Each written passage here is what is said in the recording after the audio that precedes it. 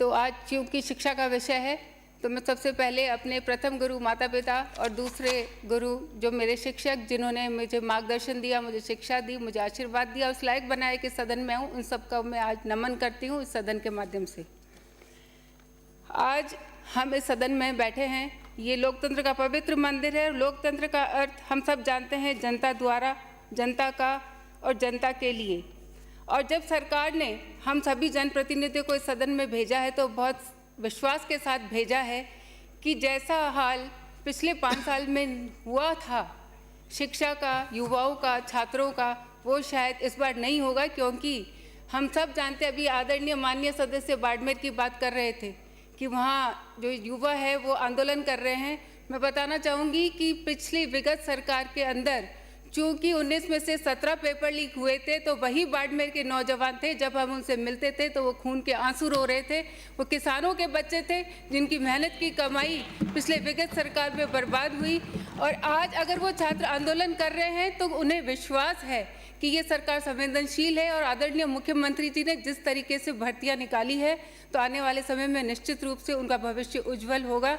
इसी भरोसे के साथ वो छात्र आंदोलन कर रहे हैं।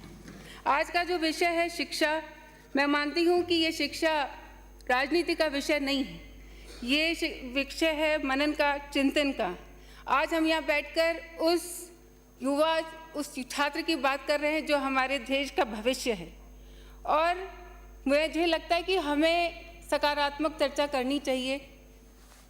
हमें ये सोचना चाहिए कि हम ऐसी शिक्षा कैसे दे सकें जिससे चरित्र का निर्माण हो, जिससे मन की शांति बढ़े, जिससे बुद्धि का विकास हो और जिससे मनुष्य अपने पैरों पर खड़ा हो सके।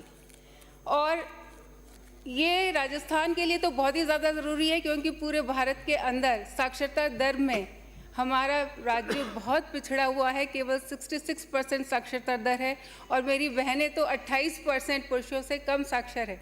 तो इसलिए बहुत ज़रूरी है कि इस विषय पर सकारात्मक चर्चा हो। लेकिन मैंने देखा कि पूरे सदन में जब चर्चा हुई तो चर्चा किस बात पर हुई? दीवार टूट गई, रंग पर चर्चा हुई, फोटो पर चर्चा हुई और ऐसे अनावश्यक आदरणीय बापू महात्मा गांधी जी के नाम पर विवाद हुआ। इन विवादों से मुझे नहीं लगता कि शिक्षा का क्षेत्र में कोई सकारात्मक परिणाम आएगा। हर सरकार आती है, सबका अपना विजन होता है, सबकी अपनी नीति होती है, सबकी अपनी पॉलिसी होती है। मैं याद करना चाहूँगी आदरणीय स्वर्गीय भैरव सिंह जी शेखावत साहब को, जिन्होंने शिक्षा नीति में उन्होंने गांव की सोची, गरीब की सोची और उन्होंने पंचायत स्तर पर एक 8वीं उच्च माध्यमिक स्कूल होनी चाहिए ये निर्णय किया।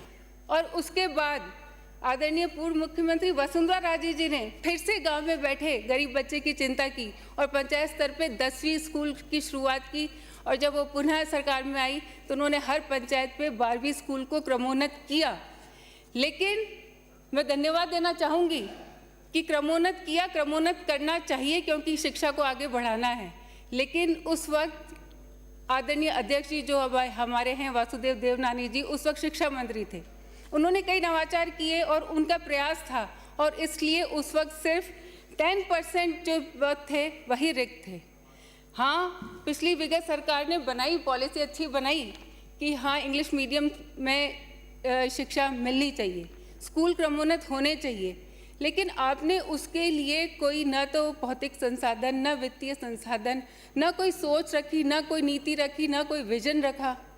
और जो शिक्षा का स्तर आज गिरा है उसके लिए हम सभी कहीं ना कहीं दोषी हैं और इसलिए इस पर एक बार फिर से विचार करना चाहिए। मैं धन्यवाद देना चाहूँगी कि आदरणीय प्रधानमंत्री नरेंद्र मोदी जी को जो शिक्षा नीति 2020 लाए, PM उषा योजना लाए, PM श्री विद्यालय लाए और मुझे पूरा विश्वास है कि इससे राजस्थान को पूरा लाभ होगा। और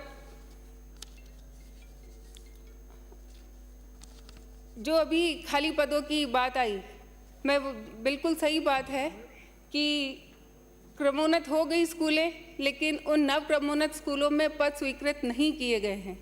तो मेरी सरकार से आग्रह है कि जो नव क्रमोन्नत स्कूल हैं उसमें पद स्वीकृत किए जाएं, क्योंकि उन्होंने जो किया विगत सरकार ने कर दिया। लेकिन अब हमारी सबकी सामूहिक जिम्मेदारी है कि बच्चों को उचित शिक्षा मिले और उसके लिए उनके लिए शिक्षकों का उचित प्रबंध किया जाना चाहिए।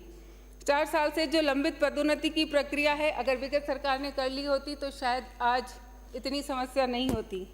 जो नवीन भर्ती निकाली है उसमें मेरा आग्रह रहेगा शिक्षा मंत्री जी से, मुख्यमंत्री जी से कि वरिष्ठ अध्यापक और व्याख्याता की जो संख्या है वो बढ़ाई जाए।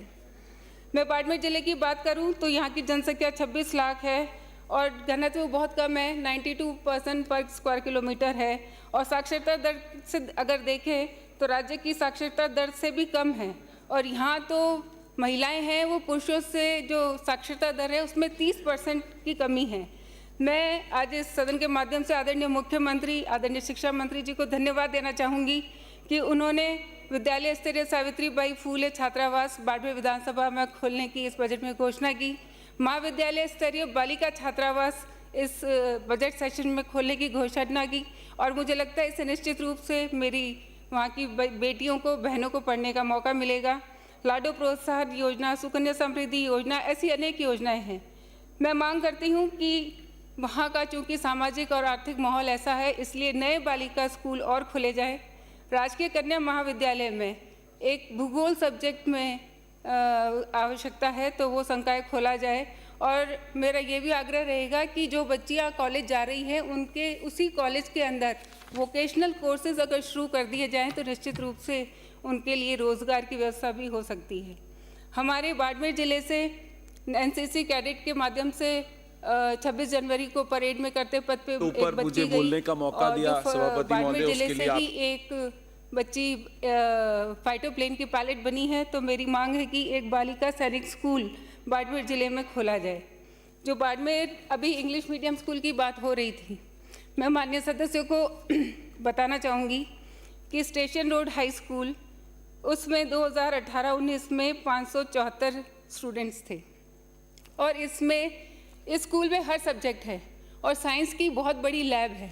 यहाँ आदरणीय मुख्यमंत्री अभी जो अध्यक्ष जी हैं वासुदेव देवनानी जी, वो भी विजिट किए थे और स्टेट लेवल का विज्ञान मेला लगा था।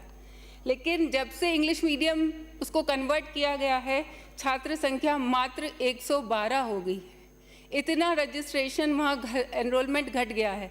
तो मैं मांग करती हूँ कि ये बहुत बड़ी स्कूल है और बाड़मेर जिले की बहुत पुरानी स्कूल है, तो इसको 2 पारी में संचालित किया जाए। अर्ध घुमंतु और घुमंतु समुदाय के लिए जालोर की तर्ज पर बाड़मेर में भी छात्रावास खोला जाए, निकल पाए, जीवन यापन आराम से हो पाए। नीति आयोग के मुताबिक बाड़मेर राजस्थान का सबसे गरीब जिला है। 56% लोग गरीबी में जीवन यापन कर रहे हैं। मैं धन्यवाद देती हूँ आदरणीय मुख्यमंत्री भजनलाल जी को और मंत्री जी को, जिन्होंने पॉलिटेक्निक कॉलेज में सिविल की नई ब्रांच शुरू की और साथ ही केमिकल ब्रांच की सीटों में भी वृद्धि की गई। मैं मांग करती हूँ कि बाड़मेर जिले की संभावनाओं को देखते हुए वहाँ आरआईटी की स्थापना बाड़मेर में की जाए।